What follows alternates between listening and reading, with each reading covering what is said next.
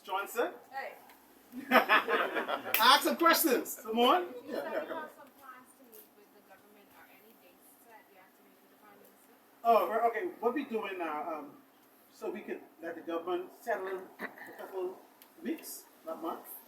We're going to draft a professional letter by the chairman of the board, along with myself and other executives. Sit down, and we're going to draft a letter indicating that we would want to meet with the government by November the 15th. Because we have a 100-day plan. And one of the 100-day plans is to meet with the government. So we're going to meet with them, and when we're going to meet with them, okay, let me tell you something. This is not new. Under several administrations, 3 of them, PLPF and whatever, myself and some team members met with them. A small business act was already developed. But guess what happened?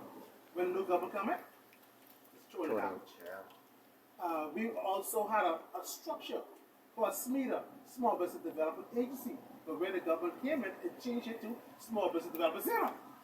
So it's not legislated. There's no structure defined in legislation. This time around, we want legislation. We demand legislation because too long we suffer under certain administrations after administration. We want a definitive plan on how we want to accomplish the strategic national development plan. We want nothing else. We're not going to be crazy and all that stuff. When we marched last year, we used to only march our organization, whatever, had a police escort. And you all see it. So, and guess what happened? They did not give us that permit until the day when they called the Minister of National Security and said, Kelly, we don't mark here, Mark, okay, we better. So they didn't even want us to march. But they couldn't stop them. That march had to turn into this movement. Small business! Small business! Small business! Small business! Small business! We're excited. Yeah, I was going to ask how critical it is now to get the legislation. I mean, because, like you said, you've already changed a number of paperwork or things based on or systems based on the government every time it changes. And I know that small businesses and micro businesses are basically the backbone of the country, like you said. So how important is it or critical to get that legislation in place? And are you giving the government a timeline to give you the legislation needed? Right. I'm going to go on a limb and we're going to speak to the government, make sure that there's a negotiation and agreement that we want it next year. No later than next year. So you'll be looking at from 2022, January to September.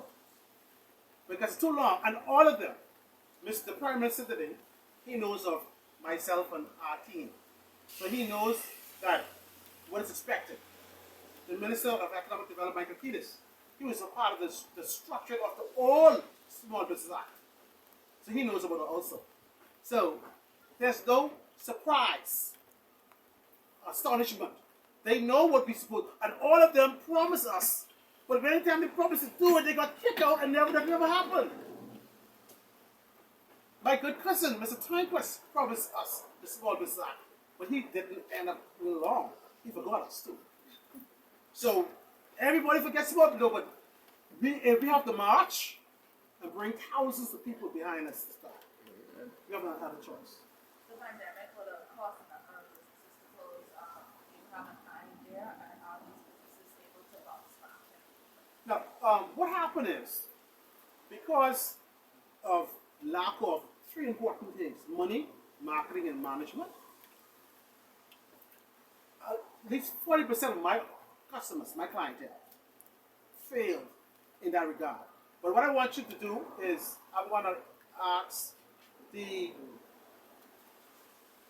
Vice President about that, because he has all of our businesses. So I want to say how business affect all of you on. I had to go online. As a corporate trainer and consultant, I had to go online. I doubt it. If I don't go online, I would have died slow death. Right? So how did